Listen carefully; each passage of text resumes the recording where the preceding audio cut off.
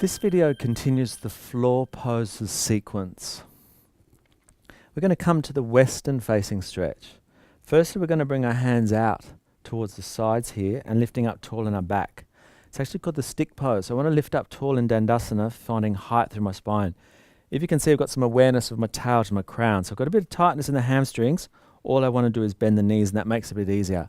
But one thing we don't want to be doing is trying to sit up through our back and curving through our body like this. So if I can, my legs are straight, and I really have to use my navel center to lift up. Arms come up high to the ceiling, and I really stretch high and lift, and pull the navel in just gently to create some stability through the spine. I breathe in.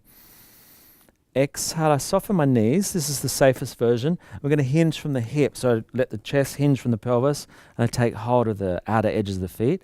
Now I lift up high through my back, shoulders pull down my spine as I breathe in, and I'm going to curve my body forward, stretching out the back of the spine. That's the easiest option. Over time, we work towards straightening our legs out. Now that's quite a strong stretch, the western facing stretch. So if I can, my hands will interlock around my feet. I stretch the body down and forward, breathing in and out through the nose. Little breath there. Exhale, lifting our chest, we just soften behind our knees, lift up tall in our waist as we inhale. Exhale, we'll come up to center. Let's bring our fingertips back, Purvottanasana, feet to the earth. And I want to lift up tall in my chest. So this is the counter pose of the pose we just did, where I lift up high through my tail and I press my shoulders forward and get some height through my spine. Now I've got to go really easy here. That's strong on the wrists. Then I could come down onto the forearms like this. Makes it a little safer and easier. And I get that height through my pelvis that way.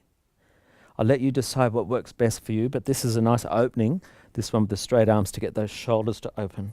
Got to be careful that I'm not sagging in my chest, nice and tall in my heart space. I breathe in. Exhale, my bottom comes down. We're going to come to a hip opening movement together. Baddha Konasana, where I bring the feet in. In ancient Indian times, this is the cobbler's posture, where we would fix the shoes, yeah? So imagine that you're hammering away on your shoe with your hammer and nail to get that opening. So the idea here is that we've got the chest nice and tall, and we're lifting upward through the back. Take a breath in,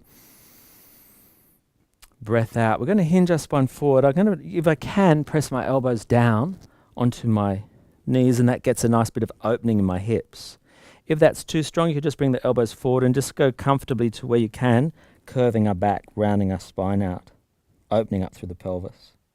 Take a little breath in, and then a little breath out, lifting through the spine. Inhale, exhale. So they're the primary movements for the hips and the hamstrings. We're going to look at strengthening our back and also opening up our back in some back bends together. So I'm going to get you to come to lying down now on our spine.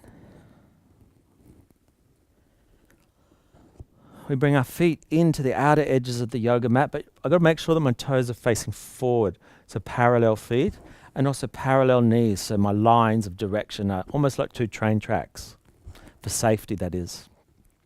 I press down through my heel bones and I pull my navel in. I take a little breath here and I slowly, vertebra by vertebra, roll up through the pelvis, trying to lift up through my tail. Now I've got to be careful here that I don't puff up through my navel. That's a bit of a reflex. So the navel pulls down and the tailbone scoops upwards towards the sky, really lifting high through the hips. We take a breath there.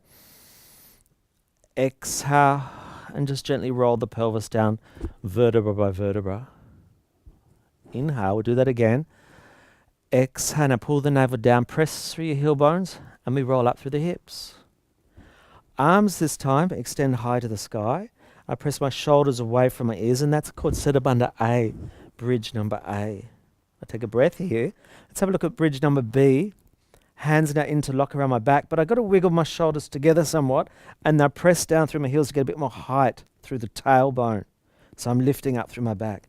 Shoulders wiggling in a bit, and that gets a nice release through the front groin, the front spine. Lifting high through your hips. We'll take a breath in. Exhale, hands to the floor, and we roll back down. inhale. Exhale to release the back after our back bends. All I need to do here is just lightly hug my knees, putting my knees in tight, and that creates a nice release through the spine. Little breath in, breath out. Bring your arms out wide, left to the right. A little twist to finish the floor poses together. So we're going to bring our knees in towards the chest.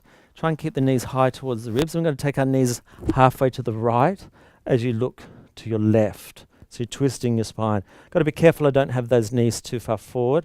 Knees a little higher, and I'm really using my arms to help me balance. I come back to center, breath in. Knees to the left. Exhale. Back up to center. One more time. Knees to the right, looking left. Pause. Back up to center, inhale. Knees to the left, looking to the right. And then center. Good, guys. And then from there, just bringing your legs to the body and we sit up nice and tall. So as you can see, the floor poses are really about creating strong openings in the body, but we don't want to force anything, keeping the practice nice and safe for the body.